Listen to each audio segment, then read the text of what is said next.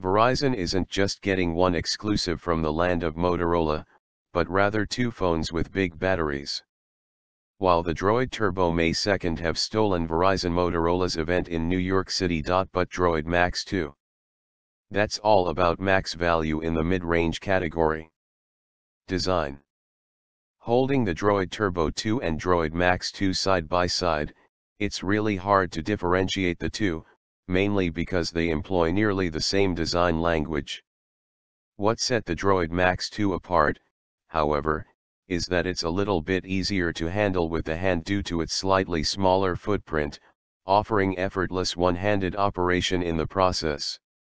Another difference is the fact that it features replaceable back covers, which gives it flexibility in quickly being able to change up its looks. Besides that, it looks very similar to its beefier spec'd sibling. It should be noted, too, that it's essentially another variant of the Moto X display. Due to its mid-range attachment, the DROID MAXX 2 is armed with a 5.5-inch 1080p IPS LCD display, which still makes it more than effective in producing good details. We honestly have no complaints from what we can see so far, as it delivers a potent mixture to its package like its strong luminance and natural-looking color tones. Of course, we're eager to see how going with IPS LCD affects its battery life, especially when the Moto X Pure Edition just didn't have the longevity with the same display technology. Interface. We won't go into incredible detail about the DROID MAXX 2's Android experience, just because there's one thing that seared into our head just checking it out briefly. That, folks, is the fact that it's running on Android 5.1.1 Lollipop. For a new phone and all, it really would have been more compelling to see it running Marshmallow, especially when another recently announced mid-range phone, the HTC One A9, is coming to market with the fluffiest version of Android.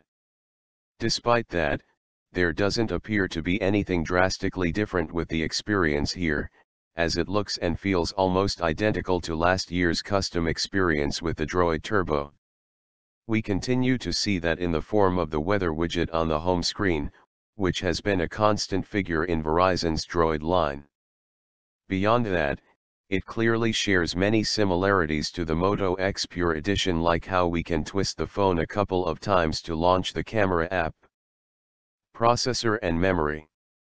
Powering the DROID MAXX 2 is Qualcomm's latest processor, the Snapdragon 617 SoC, which interestingly enough is the same chip in the HTC One A9.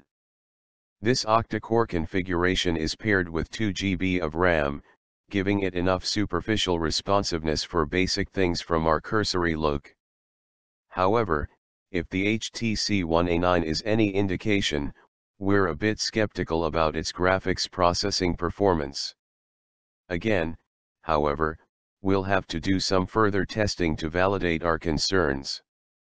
Available as a 16 GB model, there's room for expansion because it comes equipped with an always handy micro SD card slot. Camera. Paired with a 21 megapixel rear camera, which features an f/2.0 aperture lens and a dual-tone LED flash, it's certainly not afraid to get people drooling. Considering that we've seen satisfactory results from the Moto X Pure Edition already, we're hoping that this produces just a smidgen better images to indicate that it's the best of the best from Motorola's camp. For those selfies, however, there's an ample-sized 5 megapixel front snapper that's there ready for the occasion. Like we said, we can twist the phone while holding it to instantly launch the camera. It's a feature we've come to enjoy using with Motorola's line of devices, but we're still waiting for a tremendous overhaul to the camera app. Essentially, it's the same one we have in the Moto X Pure Edition, one that's straightforward with its approach, but lacks the diversified shooting modes and a real manual mode to compete against other camera greats. Expectations. Between this and the DROID Turbo 2, the obvious differences might point to its specs sheet, but more importantly, their costs are going to be huge driving factors to motivate people to buy one over the other. Of course, if you happen to be on a budget, the DROID MAXX 2's full, outright cost of $384 absolutely looks more appealing than the $624 cost of the DROID Turbo 2, but it doesn't have nearly the same heavy-handed specs sheets as its sibling. Then again, there's some love here with the DROID MAXX 2, especially factoring that it's packing one beefy-sized 3630 mAh battery under the hood. And when you take its smaller-sized 5.5-inch 1080p screen and power-efficient Snapdragon 617 chip, it might prove to be even more long-lasting with its battery life. Only time will tell.